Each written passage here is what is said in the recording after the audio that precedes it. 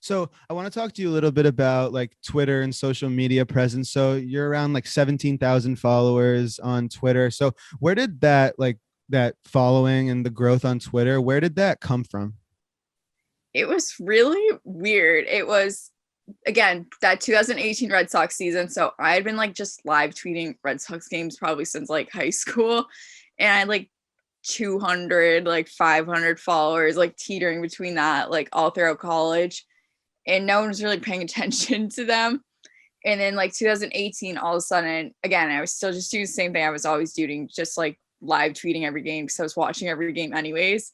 And I don't know if it's because they had such a good team that it started like to pick up pace a little bit. And like all of a sudden, I didn't even know there was like Red Sox Twitter existed, to be honest, until Oh, then. yeah. So I was like, oh my God, like there's people that are just like me that are tweeting like this too. Like I'm not this crazy person. As time went on, I like started to get this following of people where I'm like, oh wow, I'm not the crazy person. There's plenty of crazy baseball fans out there. I just didn't know they existed.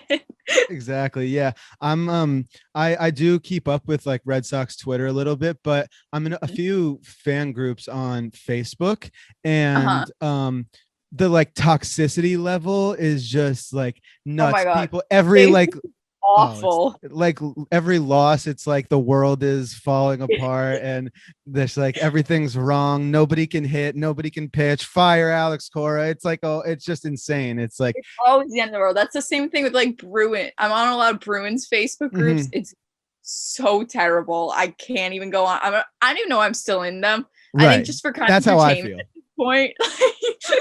It's like fair weather fans, and there's this joke going on in one of the groups that like some of the people we think they're secretly Yankee fans because of how like the way like the negativity that they share about the Red Sox. We think they're like Yankee fans who tried to infiltrate the group and just shit on the Red Sox. Right? There's like people like that Red Sox Twitter too. I'm like, I've never seen someone like this group of people that say they're fans of the team that hate the team so much I and want know. to see them do bad. Like that sounds miserable. Why are you watching? Yeah, no, I like Red Sox Twitter a lot. I like Red Sox stats. I think he's awesome. Oh, Uh he's the best. yeah, he's like crazy. I remember he had this like pinned tweet for years that since like 2018 he was like, if they re-sign this guy and this guy, then the Red Sox will win the 2018 World Series, and then they I did remember it. that. That was the craziest. And then obviously the Section 10 guys, everybody loves them. They're huge on Oh Twitter. yeah, they're So hilarious. yeah, I love them too. So, but yeah, no, Twitter's awesome. And like the baseball presence on social media is crazy. So I kind of wanted to talk a little bit about your experience being a woman in sports. So tell me a little bit about your experience in the field and some challenges maybe you've had to overcome in the sports industry. Yeah, so starting out like everyone else, I was like, okay, that feeling like when you're like, oh God, like I'm behind the game. Like people have been doing this stuff since like high school, like getting all these internships, like trying all this stuff. I'm like, all right, it's like my senior year of college. So I was just kind of like taking on any internship or like writing opportunity I could get at that point. And so the first like big thing I took on was a basketball league internship, which I'm not a basketball fan. Mm-hmm. So it was interesting, but also didn't help. It wasn't a supportive group of people. And I'm like, I don't know if it's just because they like knew that I wasn't into basketball or whatever, but I'm just like, I have this like feeling that these people don't really want to see me succeed, like that type of thing. So I'm kind of glad I had that experience like firsthand, like to start off, because I was like, all right, I know what I should expect, like who's going to support me, like that type of stuff. So from then on, I feel like a lot of it has been just networking with other women in sports, which I found a lot of them through like Twitter and stuff. You get connected with them, and it's people that are like have like these huge jobs, or people that were just like me, like just starting out, Right. and you kind of have to help each other out a lot. But that's how like a lot of the opportunities I've gotten. I feel like being a woman in sports, like you have to be able to like have like other women's sports to like lean on and like help you navigate your way. I like that. I like that a lot. So, like, if you had to give advice to a younger girl who's trying to get involved in the sports industry, what would you say? I would say don't let anyone discourage you.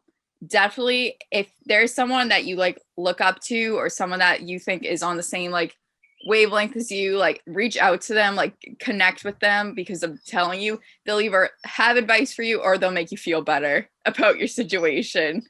And really just trust your instincts about like if something like is going to be a good situation or not, because there is some people, like I feel like for men and women in sports, especially like younger people, you like never know like what like some people's true intentions are sometimes. So just definitely like stick to your gut and like listen to what you think is right. Absolutely. I like that. So, out of your time covering Major League Baseball, covering the Red Sox, and all of that, what's been your favorite part so far? What about it do you love the most? We're asking the tough questions here today. I know, that's a good question. Honestly, I think my favorite part has been all the people I've like met through it. Because like I said, like even before like 2018, I'm like, oh, I kind of feel like all my friends, like they're not really interested in this type of stuff. I feel like I've made so many friends now that are like close to me. Like it's not like it's just some people I'm like, oh, they're like an acquaintance or like a work friend, something like that. Like I've met people that are like so similar to me and like share kind of the same like values. And I'm like, and we both are all crazy about sports. So yeah, it works out. That's awesome. Hey guys, thanks for tuning in. Really appreciate your support. If you enjoyed, be sure to like and subscribe. It really helps us grow and helps in the algorithm on YouTube and Instagram. So be sure to follow us there as well. Also, check out our latest episode right here. See you guys next week. Peace.